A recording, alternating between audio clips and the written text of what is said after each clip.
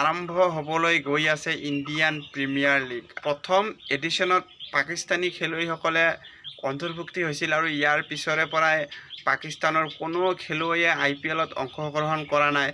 আৰু প্ৰত্যেকটো বছৰতে যদি দেখা যায় বাংলাদেশৰ এজন বা দুজনকৈ খেলুৱৈসকলেও প্ৰত্যেকটো ছিজনতেই অংশগ্ৰহণ কৰিছিল। কিন্তু এইবেলি এই অপশ্যনত বাংলাদেশৰ বহুকেইগৰাকী খেলুৱৈয়ে IPL নিলামত নিজৰ নাম অন্তৰ্ভুক্তি কৰিছিল যদিও নিলামত কোনো এজন খেলুৱৈয়ে চল্ড হোৱা নাছিল আৰু বাংলাদেশৰ সকলোকেইগৰাকী খেলুৱৈয়ে আনচল্ড আছিলে, যাৰ কাৰণে প্ৰথমবাৰৰ কাৰণে বাংলাদেশ আৰু পাকিস্তান এই দুই দেশৰ খেলুৱৈ অবিহনে আৰম্ভ হ'বলৈ গৈ আছে IPL। এই IPLৰ জৰিয়তে বহুকেইগৰাকী খেলুৱৈৰ ভাগ্য উদয় হ'ব, কিয়নো IPLত যি খেলুৱৈসকলে ভাল প্ৰদৰ্শন কৰিব সেই খেলুৱৈসকলৰ এটা বছৰ বা দুটা বছৰৰ ভিতৰতেই জাতীয় দলত প্ৰত্যাৱৰ্তন কৰাৰ এটা ভাল সুযোগ লাভ কৰিব। আৰু প্ৰত্যেক ছিজনতেই দেখা গৈছে যে এজন নহয় এজন খেলুৱৈ IPLৰ জৰিয়তে জাতীয় দললৈ উভতি আহিছে।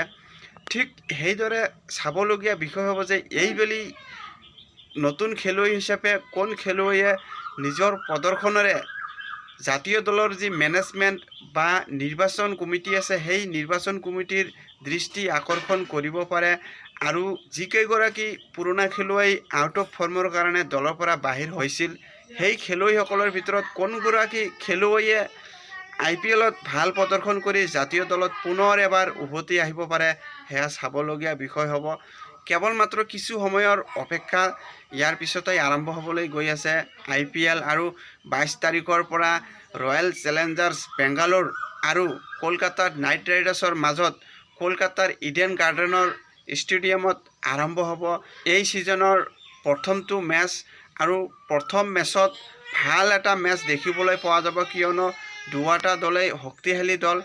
ৰয়েল চেলেঞ্জাৰ্ছ বেংগালোৰেই হওক বা কলকাতা নাইট ৰাইডাৰ্ছেই হওক, বেংগালোৰত ইফালে বিৰাট কোহলি আছে। বিৰাট কোহলিৰ সকলো ফেন্সসকলেই এই মেচৰ কাৰণে অপেক্ষা কৰি আছে যে বিৰাট কোহলিক কেতিয়া ফিল্ডত দেখিব পাৰিব। আৰু চেম্পিয়নছ ট্ৰফিৰ পিছত ভাৰতীয় দলৰ খেলুৱৈসকলক IPLৰ জৰিয়তে পুনৰ এবাৰ গ্ৰাউণ্ডত দেখা যাব।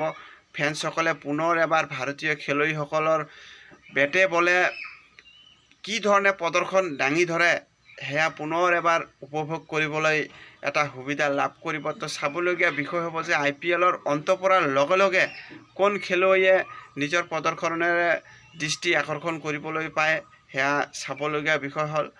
তো বন্ধুসকল, আজিলৈ এয়াই আছিল। ধন্যবাদ।